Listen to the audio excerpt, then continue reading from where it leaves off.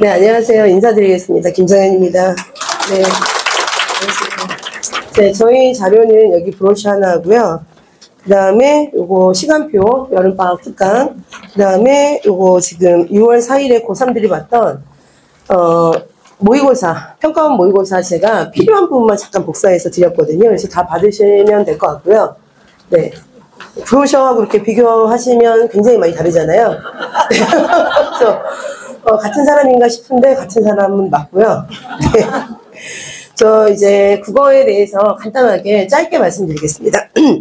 지금 우리 학생들이 어머니들 국어에 관련해서 뭔가 학원도 보내시고 그 다음에 과외도 받을 수 있고 여러 가지 비용과 시간을 투자하고 있을 거라고 생각해요. 그쵸? 근데 그 최종 목표가 중학교에서 내신 100점, 그 다음에 중학교에서 언어 능력이 향상돼서 얘가 독서 능력까지 이런 약간 근시안적인 목표를 갖고 학습을 시키진 않으실 거예요. 그쵸? 그럼 최종 목표가 뭐였죠? 우리? 수능이요? 그쵸? 수능을 잘 봐서, 그리고 수능을 잘 봐서 좋은 학교로 가서 이 학생이 경제적으로 자립할 수 있는 게 최종 목표가 돼야 되는 게 사실은 맞는 거죠. 그쵸? 그래서 제가 요거 6월 4일에 본 모의고사에서 지금 학생들이 배우고 있는 파트예요. 현대시하고 문법. 그래서 수능이 몇 문제인지는 아시죠? 네, 45문제고요. 지금 2028년 수능부터는 지금 현행은 선택 과목이라는 게 있어요. 선택이라는 게 있어서 언매하고 보통 화작을 선택하는데 요 언매와 화작의 1등급의 점수 차이가 보통 4점에서 5점 나와요. 자, 5점 정도 차이가 생기는데 당연히 언어가 1등급 컷이 낮아요. 그러면 조금 더 어려운 시험이 언매죠. 그리고 상대적으로 조금 쉽다고 생각하는 파트가 화작이어서 보통 중하위권 학생들이나 그리고 예체능 그리고 이과의 학생들은 화작을 선택하는 경우가 많았는데 이제 이게 없어지는 거 아시죠? 그래서 지금 중3부터는 이게 없어져요. 그래서 2028년 수능부터는 그냥 전부 다 통합이 돼요. 근데 이 통합되는 거를 미리 시험지에 녹여낸 게 이번 6월 평가원 모의고사였어요. 그래서 시험이 어떻게 이제 출제가 되냐, 이렇게 출제가 될 거예요. 지금은 1번에서 17번이 독서예요. 그리고 18번부터 34번까지가 문학이에요. 그러면 여기까지는 우리가 공통이라고 하는 거고 35에서 45번까지가 11문제가 선택 과목이었던 거죠.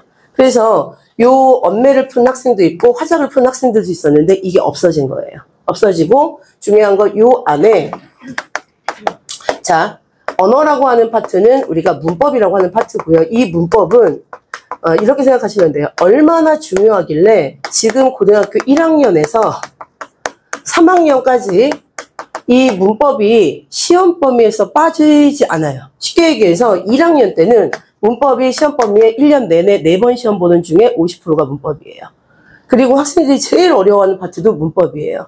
왜 문법이 어려운지 이 문제를 통해서 보여드릴게요. 중학교 때 배우지 않은 문법을 새로 배우는 건 하나도 없어요. 고등학교 문법이나 중학교 문법이나 똑같아요. 근데 중학교 문법은 품사 따로 배우고 문장 성분 따로 배우고 그리고 뭐 높임법 따로 배웠잖아요. 여기 한 장 넘겨보시면 37번 보세요. 이게 고3 학생들이 가장 많이 틀렸던 오답률이 가장 높았던 이번 언어 매체 시험의 문제인데 자, 요 선생님이 이렇게 얘기하고 있어요. 보기에서. 자, 이 단어에서 공부한 내용을 바탕으로 문장을 분석해보는 활동을 하겠다고 했는데 거기 보기에 기역, 니은, 디귿 세 가지 요건이 나와 있어요. 보세요. 피동 전미사가 결합된 피동사. 그럼 피동사를 일단 찾을 줄 알아야 돼요. 그쵸? 그 다음에 두 번째, 서술어로 기능하는 안긴 문장. 그러면 얘는 문법 요소에서 이제 문장 성분으로 간 거예요. 한 문제에서 보통 몇 개를 물어보냐? 5개를 물어봐요. 그래서 여기는 안긴 문장, 그 다음 본용어과 보조용어 위주로 있고 3번이죠. 그러면 이게 왜 5개냐? 여기 피동사를 파악하려면 사동사를 알고 있어야 돼요. 그렇죠? 그 다음에 본용어하고 보조용어를 구분하려면 본용어과 본용어를 구분할 수 있어야 돼요. 그래서 총 5개 문법적 지식을 요하는 문제고 그렇기 때문에 내가 특정 파트를 학습을 했다. 그리고 또 하나 이 파트에 대해서 내가 뭐 학원을 다니거나 뭘 해서 공부를 했다 하더라도 요 5개를 다 충족하지 못하면 이 문제는 틀리게 되어 있는 문제예요. 그래서 문제인 거예요. 그러면 자 어머니들 갑자기 한숨을 딱 쉬는데 이게 그럼 언제부터 시작될 것 같으세요? 얼마 안 남았어요. 1년이 안 남았다는 게 내년 4월 보통 20일부터는 고등학교 중간고사 시험 범위거든요. 시험 기간이에요. 그때부터 문제가 이렇게 나온다고 생각하시면 돼요. 그리고 이거는 단순 모의고사형이 아니라 여기 있는 이 거의 모든 지역에 문법 시험이 나오면 하나만 갖고는 문제를 풀 수가 없어요. 보통 두세 개의 문법적 지식을 요하고 그 두세 개는 중학교 때 이미 다 했던 거예요. 했던 걸 가지고 그냥 활용하는 건데 학생들의 특징이 있어요. 중간고사나 기말고사의 시험 범위에 만약에 단어나 의문 현상이 들어갔다. 그러면 그걸 갖고 계속 누적해서 문법적 지식으로 끌고 고등학교까지 가야 되거든요. 그렇죠? 근데 학생들 어떤가요? 시험 끝나면 일단 일주일은 자기가 공부를 열심히 했건 안 했건 거의 인생이 끝난 듯 놀고 있어요. 그리고 어머니도 그걸 용납을 하시더라고요. 얘 점수에 관계없이 얘가 스트레스 받았으니까 일주일은 놀아도 된다. 그래서 제가 깜짝 놀랐던 게 중간고사 끝났는데 중간고사에 얘가 운정고 학생이에요. 공부 열심히 했을 거예요, 나름. 근데 그 운정고 남학생이 62점을 맞았어요. 그리고 나서 2주를 놀더라고요. 제가 너무 피곤했다고. 그리고 이제 곧 기말고사예요, 지금.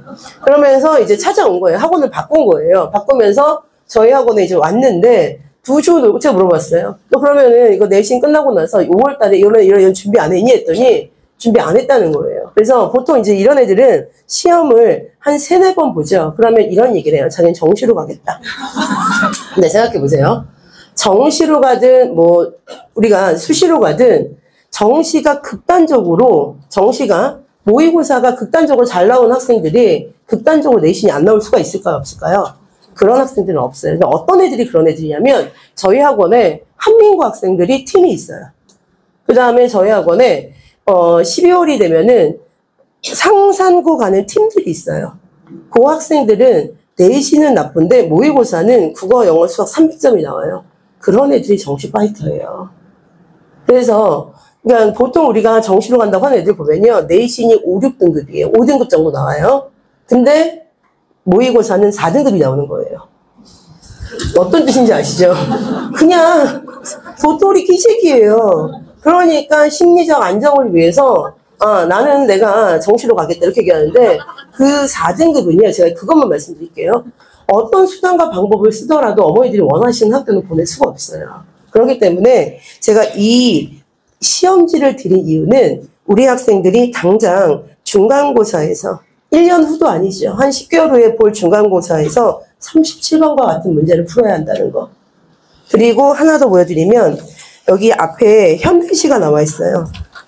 수능의 형태는 여기 수능 보신 분 있으실 거예요. 그쵸? 94년도에 수능 2번 보셨을 거고 95년부터는 한 번씩 보셨죠. 그쵸? 그러면 그때나 지금이나 변한 게 없는 게 수능이에요. 무슨 얘기냐면 여기 가하고 나를 잠깐 보세요. 2작품이 나오거든요.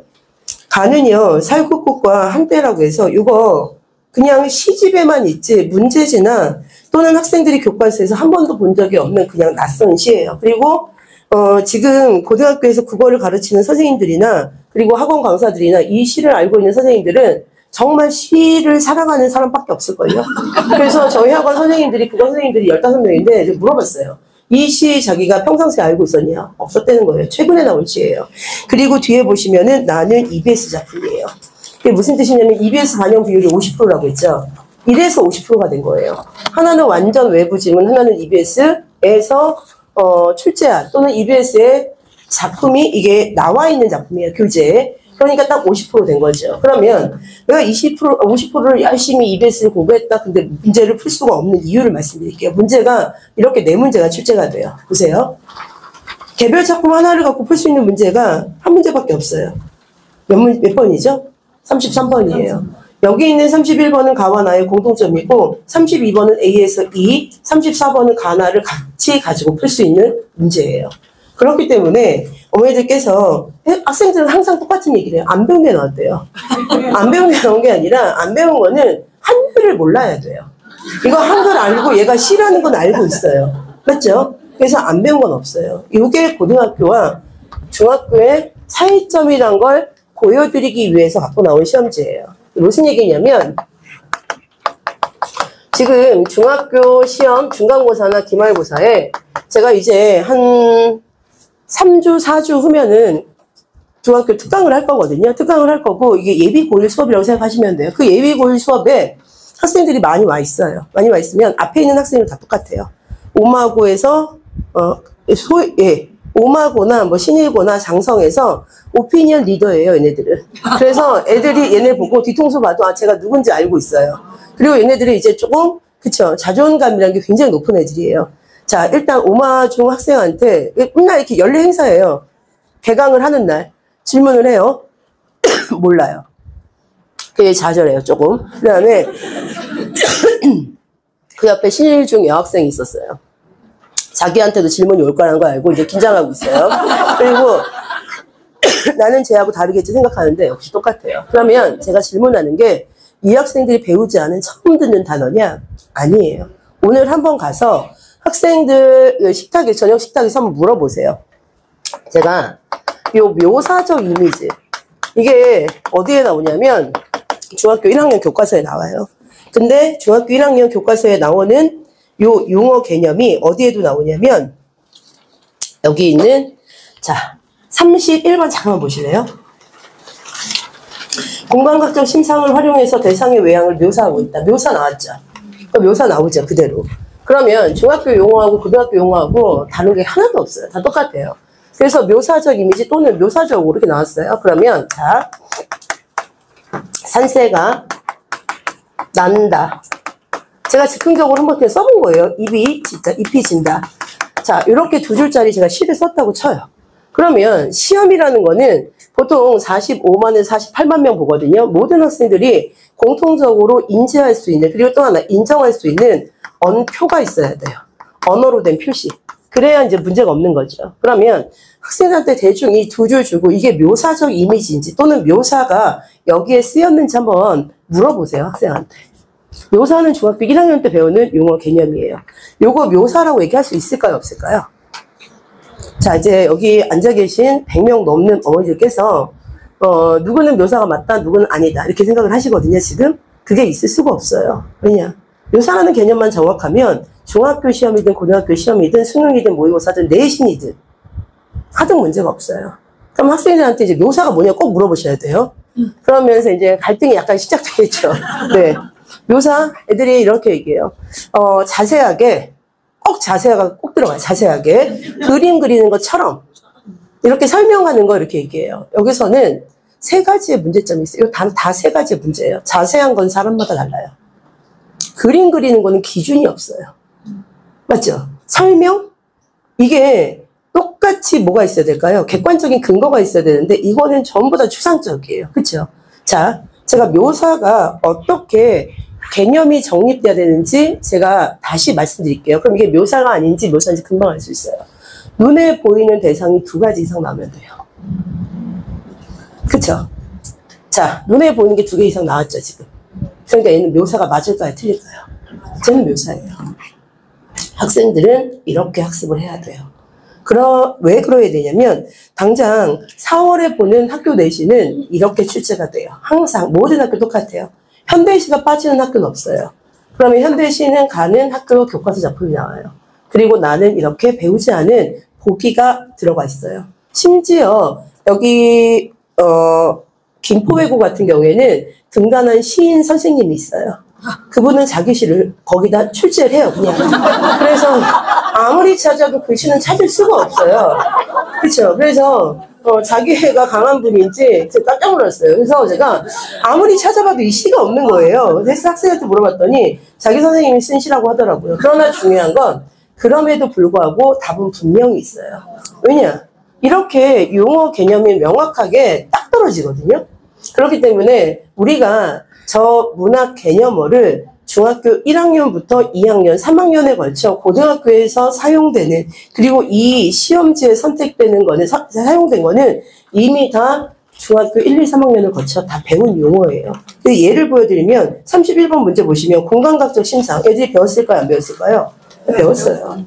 그 다음에 영탄적 어조 다 알고 있어요. 그쵸? 그 다음에 그리움을 부가 그리움도 밑줄 딱 그어보시면 그쵸?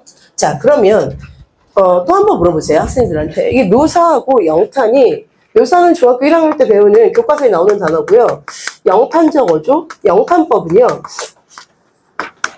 중학교 2학년에 나오더라고요. 보니까 교과서에. 그러면 제가 학원컨대 오늘 식탁에서 저녁 식탁에서 학생한테 영탄 물어보면 다 똑같이 이렇게 얘기할 거예요. 감탄하는 거라고. 맞죠? 그러면 오늘 처음 본 난생 처음 본 저 시에서 감탄하는 걸 찾기가 쉬울까요? 어려울까요? 어려워요. 학생들은 용어를 문학 개념어를 이런 식으로 바꿔줘야 돼요. 요게 영탄의 4가지 하위 항목들이에요. 내 눈에 느낌표가 보이면 무조건 영탄이에요. 그러면 찾을 수 있겠죠. 감탄하는 게 아니니까. 그 다음에 2번째. 서리법이 쓰이면 무조건 영탄이에요. 서리법은 당연한 걸 질문의 형태로 강조하는 거죠. 어떻게, 자, 돈이 사람의 목숨보다 중요하겠냐? 의문의 상태인데 이건 당연한 걸 질문의 형태로 강조한 거죠. 그러면 서리법이고 서리법은 영탄법이에요. 그리고 3번째는 자, 감탄사가 하나 쓰이면 돼요. 어디든 상관없어요. 아, 오, 이렇게. 그쵸? 그리고 4번째. 감탄형, 종결, 어미가 쓰이는 거예요. 요 넷 중에 하나가 쓰이면 우리가 영탄이라고 하는 거고요. 이렇게 해야 낯선 시에서 그리고 외부 지문에서 문제가 출제가 됐을 때 학생들이 내신이든 모의고사든 따로 구분하지 않고 시험을 어머니들 그리고 학생들이 만족할 만한 점수를 얻게 되는 방법이죠. 그래서 저희가 이게 그러면 언제부터 이렇게 학습이 진행됐어야 되냐? 이 학생들은 중학교 2학년부터 이렇게 학습을 진행해 왔어야 돼요, 사실은. 왜냐면 이게 겨울방학이 보통 12월 말부터예요. 그렇죠? 그리고 애들은 중3에서 고등학교 올라가는 1월부터 공부하겠다는 학생들이 엄청 많아요. 그렇죠? 그냥 1월은 기간이고 그때부터 공부를 하는지 안 하는지 모르겠지만 1월에서부터 2월달 2달 준비해서 고등학교 들어가죠. 그러면 이렇게 학교에서 원하는 그리고 모의고사에서 원하는 용어 개념, 분석법, 문제 유형에 대한 해법 이거를 완벽하게 다 습득하고 체화해서 점수로 이어질 수 있는 실력을 만들고 갈 수 있는 시간이 아니에요. 60일은. 보통은 이게 1년 전부터 계속 학교 시험 문제도 중학교 학교 시험 문제도 실제 이런 식으로 나오고 있어요. 지금. 그렇기 때문에 이걸 빨리 바꿔주는 게 지금 여름방학의 목표라고 생각하시면 되고요. 김정현 국어를 처음 들어보신 분은 없으실 거예요. 그렇죠? 네, 제가 김정현이고요. 김정현이고요. 이 안에 보면 저희 15명의 국어 선생님들이 있어요. 이건 전부 다 학교 담임제예요. 학교 담임제고 그리고 학교 담임이 결정되기 전에 저하고 3년의 고등학교 3년 과정에 필요한 국어 실력을 저하고 여름방학부터 언제까지? 그쵸. 고등학교 들어가는 입학하기 전까지 2월 말까지 저하고 학습을 하고 그리고 나서 담임 선생님을 만나게 돼 있어요. 저희 학원은. 그리고 1년 내내 4번의 우리가 중간고사 기말고사 4번 보잖아요. 그 4번이 이제 저하고 배운 실력을 가지고 학교별 특성에 맞춰서 담임 선생님들하고 공부하는 거라고 생각하시면 돼요. 그래서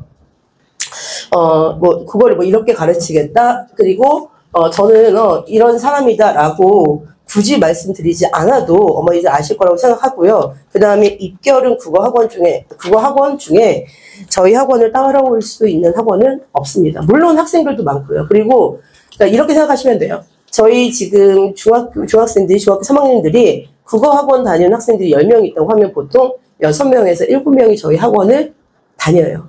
그리고 거의 9명 정도는 한 번씩 거쳐가고, 그리고 왔다가, 수업이 안 좋아서 그만둬요. 이런 학생이 한 명도 없어요.